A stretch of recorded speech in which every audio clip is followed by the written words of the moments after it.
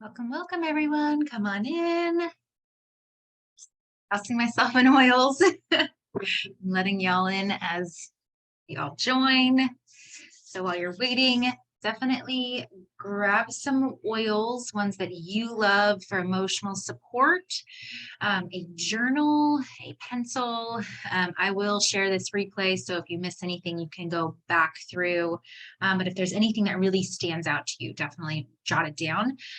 But really just listen to. I have a lot to share. So we're going to do a lot in 30 minutes.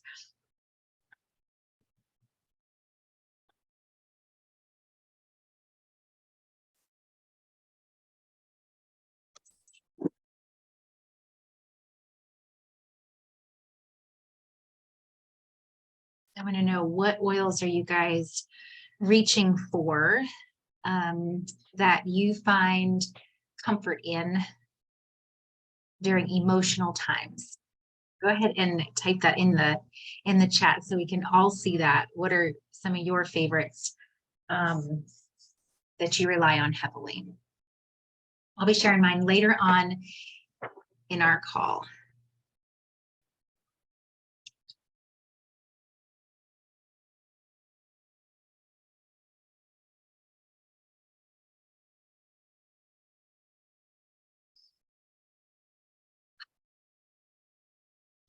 Melody said Valor. Oh, yes, Valor. Like multiple bottles, because that's when I definitely grab. Melanie said, so Melody said Valor. Melanie said peace and calming Valor, stress away. And Sarah, I don't think I have that one. Or maybe I do. I don't use that one often. Inner Child. Yes, Kate. That is a really good one. I will use that one when I feel like I'm just being too much of an adult and I need to tap into that fun me. So yes, that's a good one. Smells fun too. Okay. Angela's putting all her oils on. I see you, girl. I see you putting them all on. All right. So let's get started. I know I might have a few more people joining. I sent out a lot of invites today. So I'm going to get started. So I don't want to hold us up because we have a lot to get through. And so this is just a little intro to helping you identify feelings and emotions. One second. My washing machine's going and it kind of vibrates and I hear it.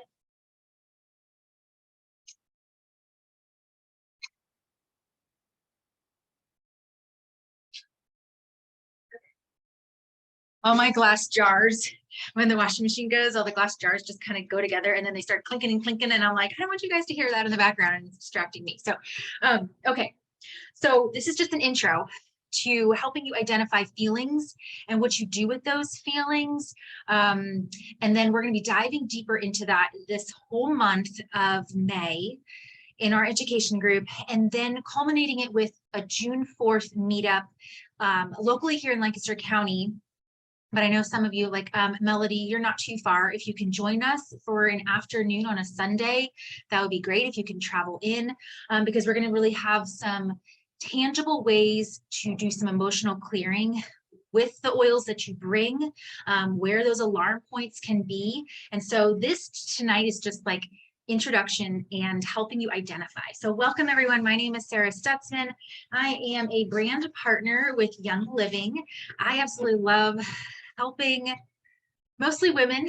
I do help some men as well, but helping them just find solutions to their wellness. And that could be through supplements, that can be through oils, that can be through lifestyle changes and diet, but it's just something that I bring, it fills me up.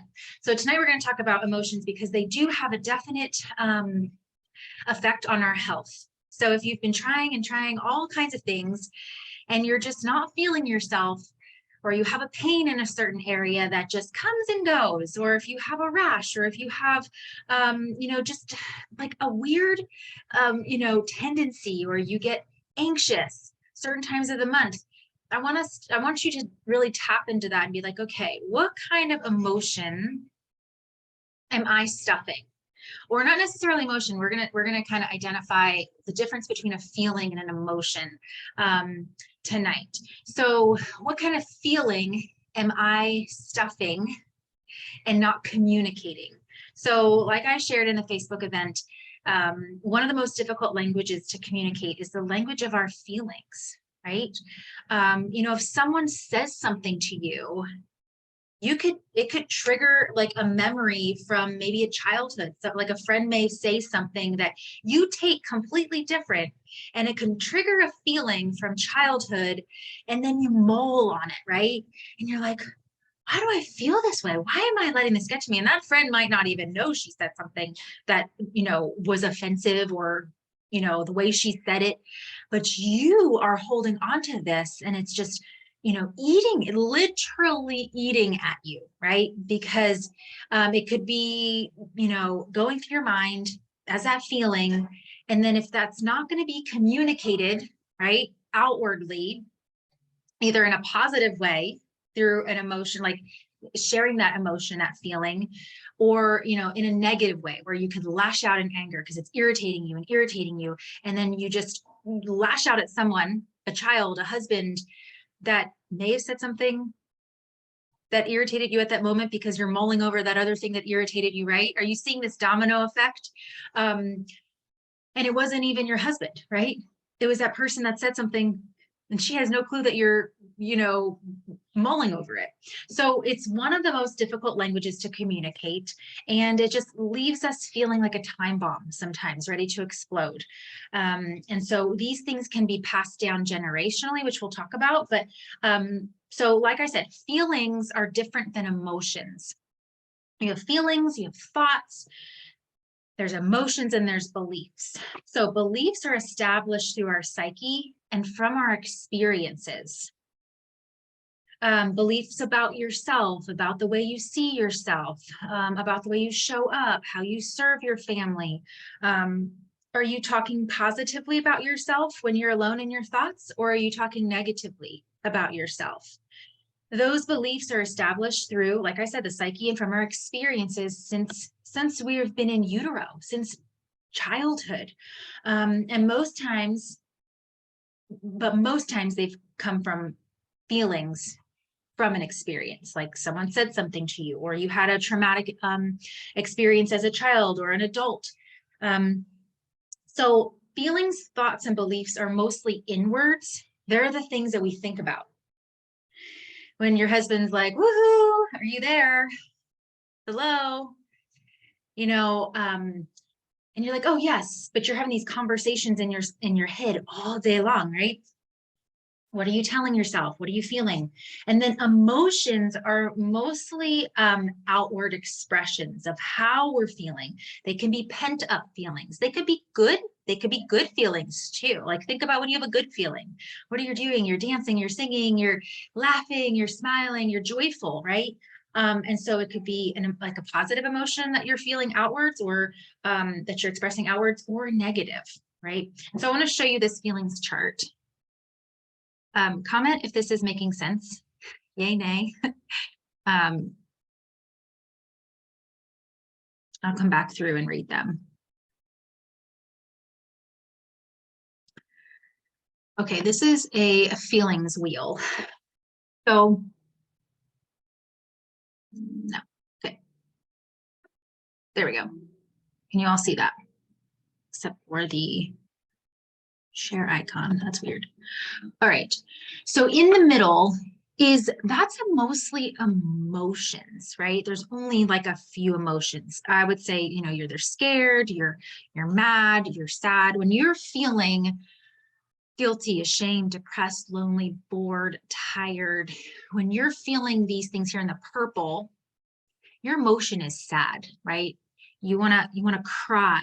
You want to just maybe lay in bed. You want to isolate yourself because you have this emotion here that you're sad. And your outward expression is you're feeling lonely. So you may cry, or you may spend your time in bed, or what have you, or you're feeling sleepy. And so you're not really doing a whole lot. When you're mad, you're all of these, you're hostile, you're angry, you're also selfish. You're more inward, you're reflecting on yourself. So there's a lot more feelings than there are, I would say, emotions. And so we want to tap into your feelings, right?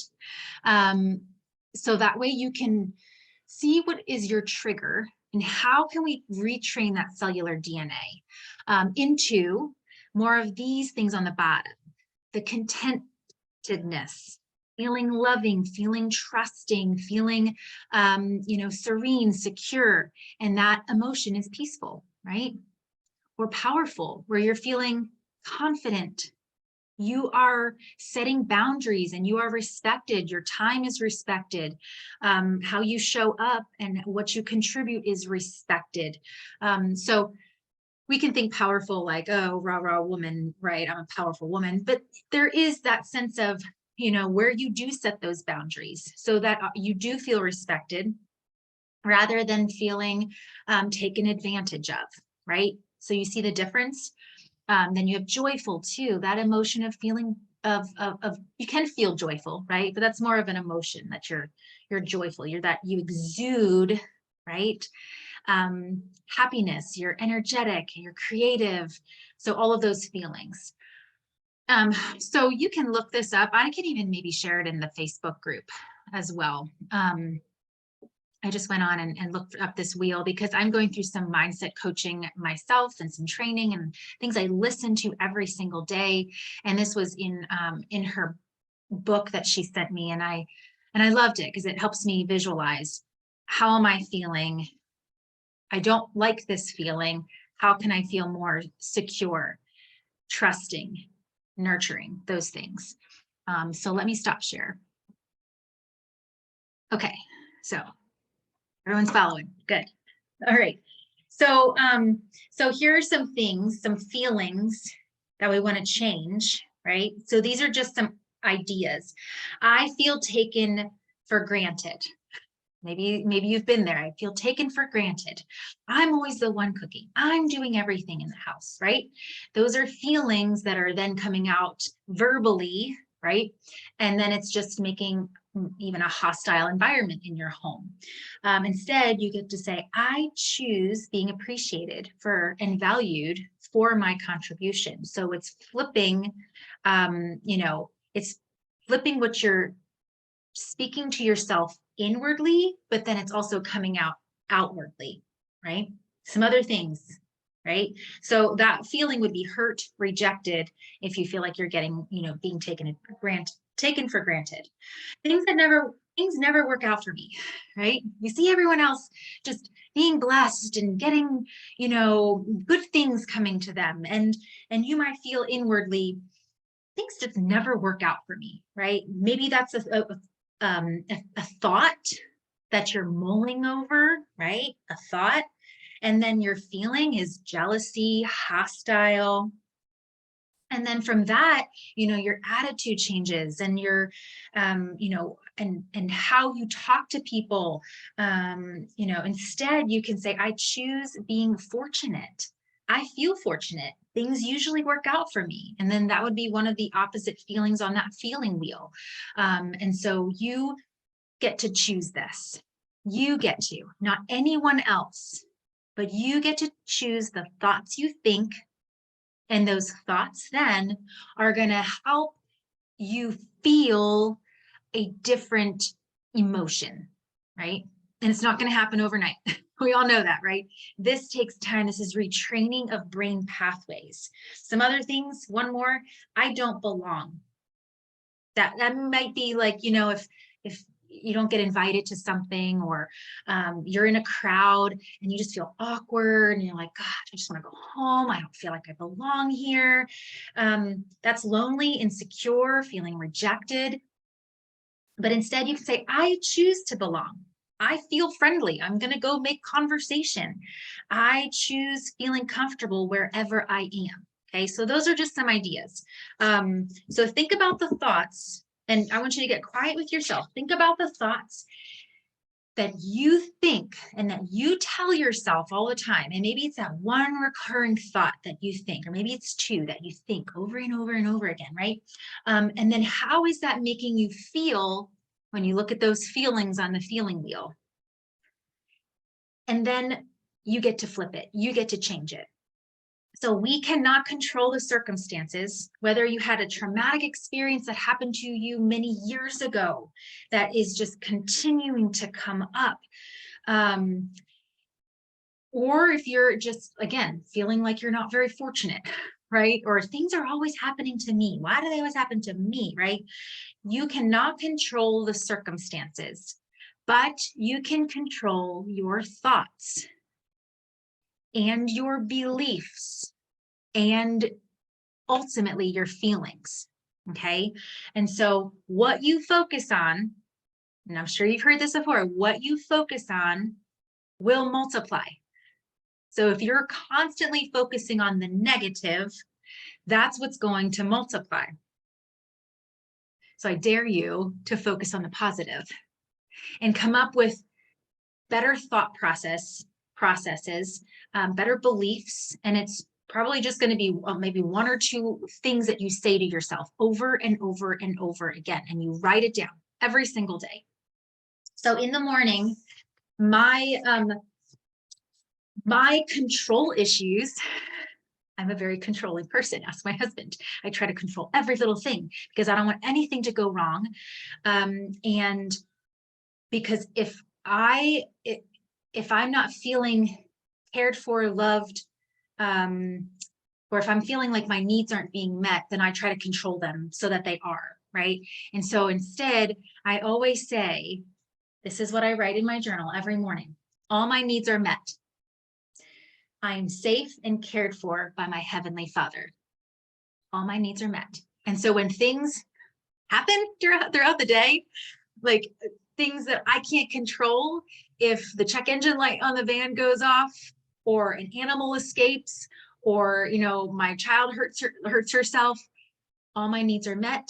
I am safe and cared for and loved by my Heavenly Father. That's what I just say over and over and over, even though I'm might be saying it like this, all my needs are met, all my needs are met. Like I'm saying it and it's just helping calm my body down, right? And so come up with something that like the opposite of your beliefs and the thoughts that you tell yourself. So let me see if I'm on track here. Yes. So this is where your beliefs and your thoughts can really eat away your body, your physical body. And this is from Prevention Magazine. Everything from arthritis to acne, to headaches, to heart disease, back problems, to cancer. It is an estimated that 90% of all physical problems have a psychological root. 90%. And these can be passed down in utero and through generations from DNA, our DNA. And we're going to get into that in just a second. But more and more people are questioning, like, what's going on with me? Right? Because we have the internet at our fingertips now, right? People didn't question back in the 80s, 90s, maybe even early 2000s. We just went to the doctor and, and we're like, okay, we're given a medication and that should solve it. But now we're like questioning, okay, more and more things are coming out and we can be our own doctor. We're really looking inward and thinking, okay, maybe these emotions and these beliefs are real. And God created us so innately. We're not just flesh and blood. We have a spirit. And we have all these traits that are passed down through our parents, that we don't just look like them. We also act like them in good ways, and sometimes in bad ways too. And sometimes that's through nature, right? Just from being passed down. And sometimes that's from nurturing or not nurturing. So how does this happen, right? Like I said, it's through DNA. So how do traits get passed down? How do emotional things get passed down through generations? DNA, and then diving deeper into that, mRNA and tRNA. These are the body's coded messages. And these are how the cells know how and in what way to function, not only during times of development and through, as our cells regenerate, we get a new body every 7 years, right? Like our skin cells are always regenerating, all of that, like our body's constantly regenerating. And so it's this code, like our DNA has this code to know how and what way to function, not just through times of development or regeneration, but in times of sickness, trauma, emotional stress, accidents, healing. So everything pours out of the DNA. Flesh, bones, blood, heart, nervous system, and the maturing of our cortex of the brain and within the limbic system of the emotional brain. So this is where it gets good. Every feeling, thought, and emotion we experience sends a message to each cell. So our cells are vibrating frequency, they're vibrating, they're communicating to each other. And they're sending messages throughout the body. Some are more intense, if it's like a physical pain or a traumatic pain or experience, something that was really scary, or something that was really a highlight, right? Really joyful, like a really good memory. And others, not so much, but there's still, every cell is affected. So we're going to talk more about clearing traumatic experiences or emotional patterns that you see. We're going to do that on June 4th because that's a lot to get into tonight. But what you can do is you can start using some really high powered oils, right? Oils that have high sesquiterpenes in, okay? Because we know that changing emotional patterns takes more than just feeling the emotion, right? Or feeling both sides, either the good or the bad. It takes recognizing and understanding the patterns that trigger that emotion. Okay, so I'm feeling this way. Instead of just ignoring it and stuffing it, and when you've asked your husband 5-10 times to do something and it's not getting done, instead of like getting angry and hitting something or screaming, right? Then maybe the better way would be to breathe, right? Okay, obviously this is not communicating effectively. I'm gonna go and think to myself, how can I rephrase this? Because it's causing you anger, right? An emotion, you're really mad, but he's not changing or she's not changing, or you have this roadblock. That's what anger is, right? When you have this roadblock. And so it's increasing that awareness, that spiritual awareness of like, okay, well, the way that I'm communicating is not effective. So how can I change my communication, right? To get the well, it's not always gonna be that would be selfish. But what is causing that anger? Let me rephrase myself here. Let me look back on my notes here. Anger is blocked. It's blocked. You're blocked. You're not getting where you need to be. Think about like going down a road, right? And there's a barrier there, and you're like, now what do I do, right? You have to find a new way out. So you have to find a way out of anger, and it's to shift your perspective. So you say to yourself, my direction is clear, right? And you come up with a new thought, right? You have to de-escalate yourself. I hope this makes sense. So each emotion is stored in our body, and anger is one of those emotions or those feelings. I shouldn't say feeling because the emotion would be mad. Anger is stored in our liver, okay? And so, and it's as well as other glands, but there are many places that an emotion or a feeling is stored, right? Because the body, your brain can feel the feeling, but you have to put it somewhere. And so if you're not releasing and communicating your feelings, it's going to get stored in cellular memory in different parts of your body. So in organs, in the spinal cord, in the lungs, thinking of other things, even in like tendons as well. Like you might feel like you might always have this really sore, like Achilles peel, right? And it's always really sore. And when you touch it, it's really tender. As much as you try to stretch it, it's like, what is that, right? And it could come and go. Or it could be maybe the right side of your back, lower back. And you notice it when you get really, really stressed, right? And it'll come on and it'll be real sharp.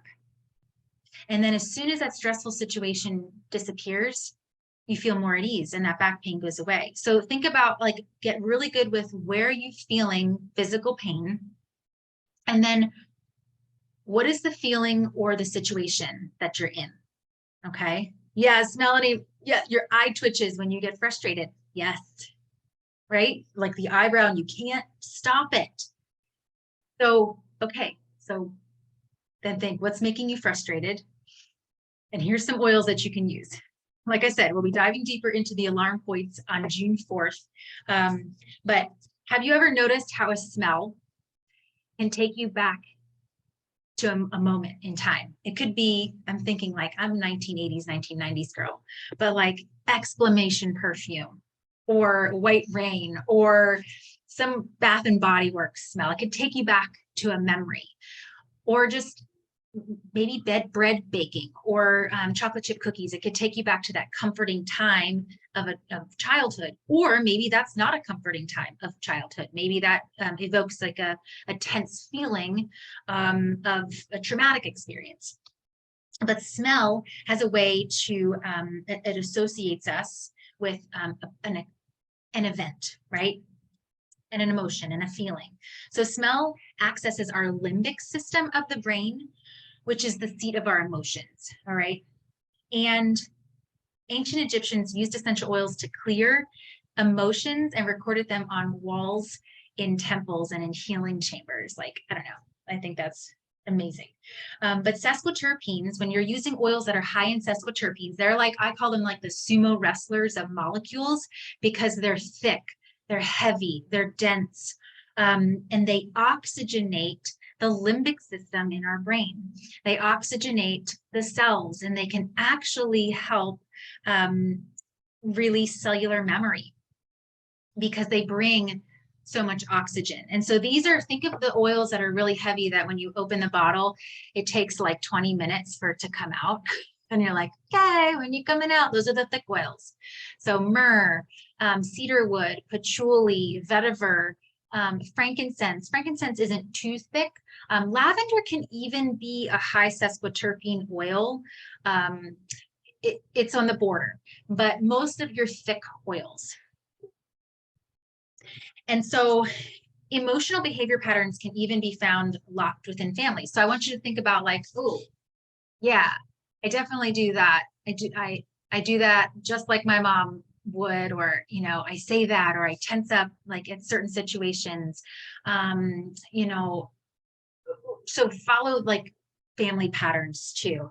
And it was actually found that transplant recipients, so people that got like organ transplants, report strange memories and desires, which further substantiate that emotion being stored in that like part of the body, right? So like kidney transplants, right?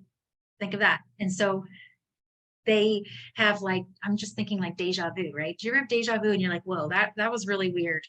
That's what I can kind of think of it as. So lastly, more recently, studies at the New York University proved that the amygdala gland, the gland in the limbic system of the brain that stores and releases trauma in the body, does not respond to sight, sound, or touch, any other of our five senses except the sense of smell. That's it. So we can use essential oils as we are retraining our brain pathways, and we're putting good thoughts into our mind. We're retraining those belief patterns, so we can inhale our oils. So for right now, what I want you to do is grab one of your oils. So I also love brain power, and There's a new one that I really like too. I like to use the blends that have a lot of high sesquiterpene oils in. So Brain Power is amazing. And I put a roller top on that. And I just use that because it has frankincense and Royal Hawaiian sandalwood. Cedarwood has a lot of those heavy, I call them heavy hitters, when I need, just a boost of like scent. And then Rise Above was last year's convention oil, but it has rose in it. It actually has a blend of Valor, frankincense, bergamot, Idaho grand fir, cedarwood, and lavender and rose. So I need to order another one. It smells so good. So grab an oil. I'm gonna grab cedarwood because it's almost bedtime. Cedarwood is incredible for brain support. And when I was going through care training for learning raindrop and how oils work, we had to do this kind of every day. You don't have to do this, but this is one way that you can really help reset the DNA in your body. You put cedarwood on your thumb and you press it to the roof of your mouth. It doesn't taste good. And you hold it there for about 5-10 seconds.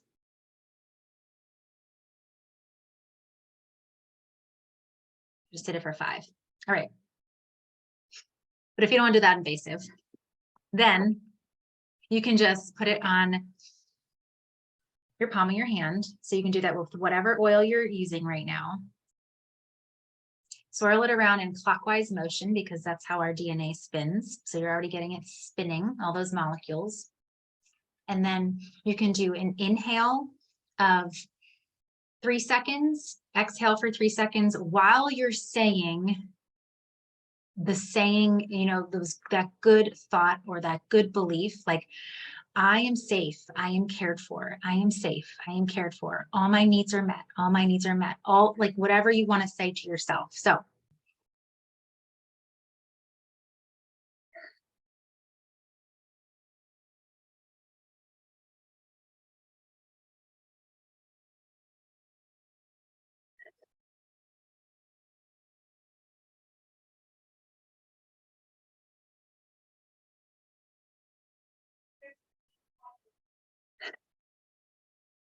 you can do that for 3 times. You can do that for 5 times, just in your quiet time in the morning, and then put it on your brain stem, right?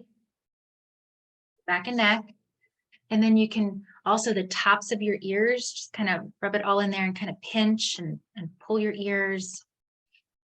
Your ears are an amazing emotional center as well. There's a lot of release points in your ears.